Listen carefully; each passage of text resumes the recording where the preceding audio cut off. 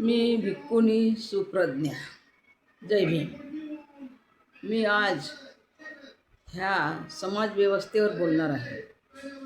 आज ह्या देशात संपूर्ण समाजाला दोनच प्रश्न भेडसावत आहेत आणि ते म्हणजे एक तर सुशिक्षित बेरोजगारांचा आणि दुसरा शेतकऱ्यांचा. आज सुशिक्षित बेरोजगार एवढ्या मोठ्या डिग्र्या घेत आहेत आणि लाखो लोक मोठमोठ्या डिग्र्या घेऊन बाहेर निघत आहेत, परंतु जेव्हा ते बाहेर निघतात तेव्हा त्यांच्यासमोर काहीच भविष्य नसते. त्यांना नोकरीची कुठलीही शाश्वती नसते आणि आता काय करावं म्हणून ते नेहमी चिंतेत असतात. आणि काही लोक तर आत्महत्यासुद्धा करतात, कारण त्यांच्या पुढे भविष्यच नसते. दुसरं असं की अनेक परीक्षांचे पेपर फुटतात आणि एकदा परीक्षा दिल्यानंतर पुन्हा तोच अभ्यास करा, पुन्हा परीक्षा फीस भरा आणि कितीतरी टेन्शन. याचं कारण असं की जे लोक सत्तेत बसलेले आहेत त्यांना याच्याशी काही देणं घेणं नाही.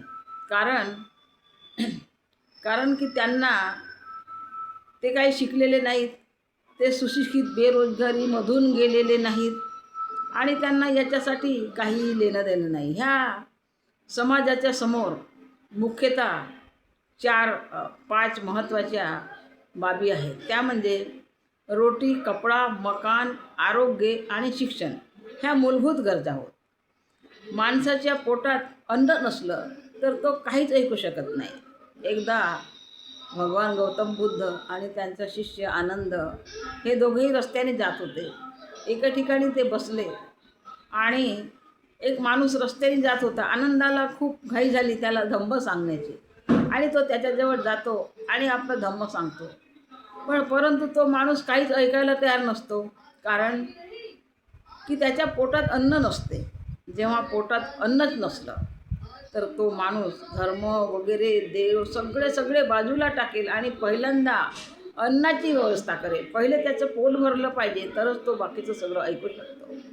परंतु इथे जे शासनकर्ते बसलेले आहेत, राज्यकर्ते बसलेले आहेत, त्यांना ह्या परिस्थितीमधून जावंच लागलं नाही, कारण की त्यांना मंदिर, मस्जिद आणि धर्म आणि बांधणं लावणं एकमेकांमध्ये एवढंच माहिती असतं. एक तर निवडून येणारे लोक त्यांना फक्त मी आमदार, खासदार किंवा कोणत्याही संस्थेत निवडून कसा येऊ शकतो ते पाहतो. मग त्यासाठी तो कोणत्याही थराला जाण्याचा प्रयत्न करतो. त्याला मुळीच समाजसेवा करायची नसते. एकदा निवडून आल्यानंतर तो पुन्हा निवडणुकीला उभा राहतो व साम दाम दंडभेदाची नीती अवलंबतो आणि निवडून येतो. एवढ्यावरच थांबत नाही तर त्याची बायको, त्याची मुलगी, मुलगा, सुना, नातवंड सगळे निवडून आले पाहिजेत आणि त्यांनाच त्या शासन व्यवस्थेत राहिलं पाहिजे. त्यांना समाज कार्यसुद्धा करायचं नसतं, तर त्यांना हे माहिती असतं की ह्या पदावर गेल्यानंतर ऐस आराम करायला भेटते, गडगंज संपत्ती भेटते आणि त्यांच्या सेवेत अनेक कर्मचारी असतात मागे पुढे आणि लोकांच्या लोंढा, मान, सन्मान, प्रतिष्ठा सगळं मिळते हे त्यांना माहीत असते आणि म्हणून तो खुर्चीला चिकटून असतो. या देशामध्ये शासकीय नोकरी एखादी करायची असली तरी त्यासाठी इतकं शिक्षण पाहिजे, ही इंटरव्ह्यू द्यायची, ही परीक्षा द्यायची, अशा कितीतरी त्याला अटी असतात. परंतु जो आमदार असतो, खासदार असतो, त्याला कोणत्याच अटी नाही.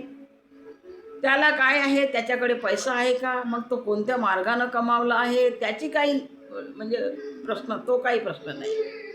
तर पैसा आहे आणि तो गुंडगिरी आहे, तो 10 लोकात त्याचा वचक आहे, तो उठबस करतो हजारो लोकांमध्ये, बस त्याला तिकीट द्या आणि मग त्याला निवडून आणा आणि तो पुन्हा तेच धंदे करत बसतो.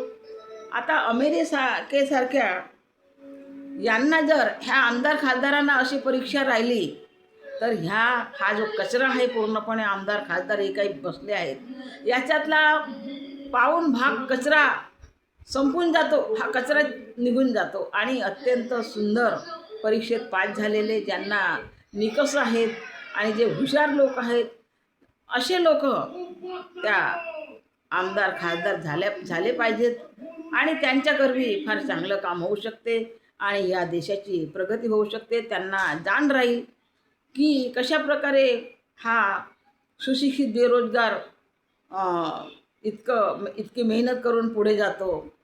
ह्या शेतकऱ्यांना कशा अवस्थेत मधून जावं लागते. कधी पाऊस येतो, कधी पाऊस येत नाही, तर दुष्काळ पडतो कधी, आणि सगळं झालंही त्याला पीक, तरी पण त्याला भाव मिळत नाही. आज कांद्याचा भाव पहा, त्याला एका किलोला 12 रुपये खर्च येतो आणि आज कांदा 4 रुपये किलोने जात आहे. म्हणजे ही सगळी जी परिस्थिती आहे, तर ही परिस्थिती दुरुस्त होऊ शकते, पण त्यांना दुरुस्त करण्याची गरज नाही. अमेरिकेसारख्या प्रगत देशामध्ये कुठलीही व्यक्ती फक्त 2दा निवडून येते, तिसऱ्यांदा त्याला निवडणुकीत उभंच राहता येत नाही. तसं भारतात नको का? घटनेत ही दुरुस्ती करायला नको का? सगळ्या दुरुस्ती होऊ शकतात, पण ही होऊ शकणार नाही, कारण की त्यांना ती करायची नाही. त्यांना मरेपर्यंत चिकटून राहायचं आहे. या देशाचं आर्थिक नियोजन व्यवस्थित केलं असतं तर इथे कुणीही बेरोजगार राहिला नसता, परंतु तसं होत नाही. खासदार आमदारांना भरपूर पगार व पेन्शन, ती तिसऱ्यांदा निवडून आल्यास तीसुद्धा पेन्शन.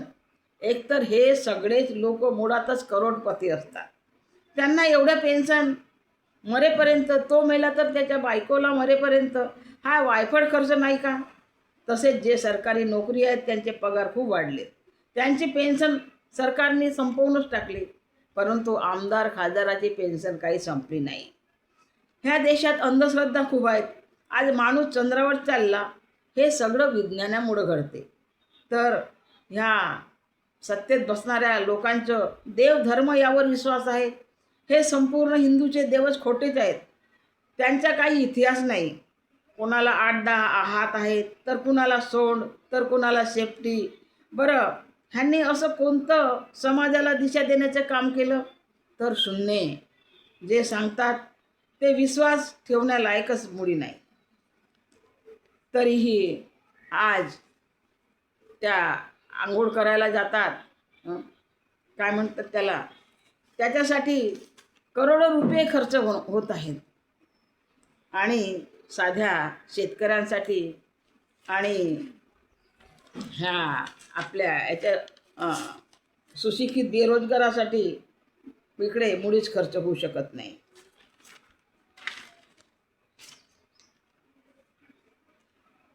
स्वतः मरेपर्यंत निवडून येतो तोच, त्याच्याकडे अमाप पैसा आहे, त्यालाच तिकीट मिळते. त्या बळावर व जातीच्या नावावर मतं मिळवून तो निवडून येतो. तो काही शिक्षित बुद्धिवादी मुळीच नसतो. तो मरेपर्यंत एक प्रकारे पदावर राहतो. सोबत आपला मुलगा, मुलगी, सून, पुतण्या, कोणी कुटुंबातील असतील त्याला तेच दिसतात, बाकी सगळे राहा सतरंजा उचलत, अशी ही व्यवस्था. त्यांना काहीच काम करायचं नसतं. भ्रष्टाचारातून पैसा, त्यातून पद, प्रतिष्ठा, पुन्हा तेच वर्षानुवर्ष चालत आहे. कायदेसुद्धा या देशातील कमकुवत आहेत. काहीही करा, काहीच होत नाही. तुमचा जीव जावो, भविष्य बर्बाद होवो, कुणाला काहीच देणं नाही. खून होतो, परंतु पुरावाच मिळत नाही. खून करणारा काय बाय इज्जत बरी होतो. मग खून कुणी केला? की तो स्वतःच मेला?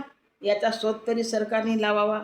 न्यायव्यवस्था विकली गेलेली आहे, कारण दबाव व दुसरं निवृत्तीनंतर एखादं पद भेटण्याची लालच ह्या मॅजिस्ट्रेट लोकांना असते आणि त्यामुळं ते सरकारकडूनच बोलत असतात. कुंभमेळ्यासारख्या काहीच गरज नाही आणि त्यातून तिथे आंघोळ केल्याने खरंच पाप धुतलं जातं का? आणि त्याचा इतिहास तरी काय हो, कितीतरी खोटा. आणि त्या कुंभमेळ्याचा 35,000 करोड रुपये त्याच्यासाठी सरकार देते आणि या देशाचा मुख्यमंत्री म्हणतो की जोपर्यंत चंद्र सूर्य राहील तोपर्यंत कुंभमेळा भरेलच. पण त्या मुख्यमंत्र्यांना विचारायचं आहे की बाबा, तू कुंभमेळ्यातून काय साध्य करू शकतोस? कोणाला चांगला रोजगार मिळतो, कोणी सुशिक्षित बेरोजगार त्यातून म्हणजे त्यांची प्रगती होते, समाजाचं काय होते, समाजासाठी कोणता फायदा होतो? तिथे साधू संत येतात, हिंदू धर्माचे पाठ पुराणं वाचतात आणि कितीतरी लोक मरतात. याशिवाय आणि आंघोळ केल्याने म्हणे तिथलं पाणी तीर्थ म्हणून पितात. जे पाणी गढूळ असते, जे पिण्यालायक नसते, त्याला तुम्ही तीर्थ करून टाकलं. कुठला हा न्याय? कधीतरी दुरुस्त व्हा, कधीतरी जागेवर या आणि ह्या विज्ञानवादाचा विचार करा, असंही मला सांगावंसं वाटतं. यावर उपाय काय? तर मला वाटते आजच्या घडीला एक वर्ग खूप उच्च शिक्षित आहे व तो बेरोजगार आहे आणि हा अडाणी वर्ग मरेपर्यंत सत्तेच्या खुर्चीत जाऊन बसला व पुढे आपल्याच कुटुंबातील वारसाला बसवतो, म्हणजेच ती खुर्ची नेहमीच तिथेच राहिली तर डबक्यातील साचलेलं पाणी असते व तिथे घाण निर्माण होते. तसंच होईल. तर ह्याला बदलायचं म्हणजे जे सुशिक्षित बेरोजगार आहेत त्यांनी उठून उभं राहिलं पाहिजे. जसं श्रीलंकेत झालं, जसं बांगलादेशात, नेपाळमध्ये झालं, तसंच भारतातसुद्धा व्हायला पाहिजे. आणि संपूर्ण जनता त्याची वाट पाहत आहे, लोकांच्या मनात आहे, तो उद्रेक आहे. आणि म्हणूनच अभिजित दिपकेनी जेव्हा काक्रोश जनता पार्टी निर्माण केली तेव्हा रस्त्यावर लाखो लाखो लोक तयार झाले. त्याला फॉलोअर्स आतापर्यंत कुणाला झाले नाही तेवढे. 5 दिवसात 2 करोड फॉलोअर्स होतात. याचा अर्थ असा की लोकांच्या मनात आहे कुणीतरी पुढे व्हावं, मांजराच्या गळ्याला कोणी घंटा बांधावी. तर अभिजित दिपके नावाचा हा एक चांगला मुलगा तरुण पुढे आला आहे. त्याच्यामध्ये जाण आहे आणि त्यांनी सुरू केलेलं आहे आणि लोक त्याच्या म्हणजे हाकेला ओ देत आहेत आणि हजारो हजारो लोक रस्त्यावर येत आहेत. प्रश्न एक आहे, ती एक ठिणगी आहे आणि त्या ठिणगीचा वनवा झाला पाहिजे. आणि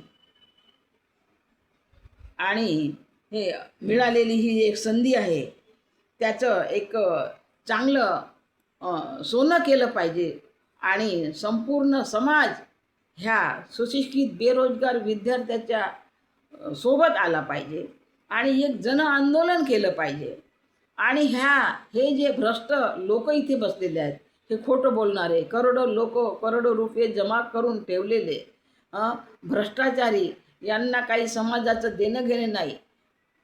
फक्त यांना येणं केणं प्रकारे आली निवडणूक की त्या निवडणुकीत खूप पैसा खर्च करा आणि तो पैसा काढण्यासाठी लोकांवर टॅक्स लावा, पेट्रोल वाढवा, डिझेल वाढवा, गॅसच्या किमती वाढवा. असं करू करू करू करू हे लोक हेच करत आहेत आणि जनतेला पूर्णपणे निराशेच्या खाईत लोटत आहेत. तर यासाठी एकच उपाय आहे आणि तो म्हणजे संपूर्ण लोकांनी जे पिडलेले आहेत आणि पिजलेले इथे 90% लोक आहेत, त्यांनी एकत्र यावं, त्यांनी उभं व्हावं आणि या गादीवर बसलेल्यांना एकदम हाकलून लावावं आणि नवीन पिढीचे सुधारक शिकलेले लोक शासन व्यवस्थेत यावे आणि संपूर्ण देशाला न्याय मिळेल अशी शासन व्यवस्था निर्माण करावी असं मला वाटते आणि ते शक्य आहे, ते होऊ शकते.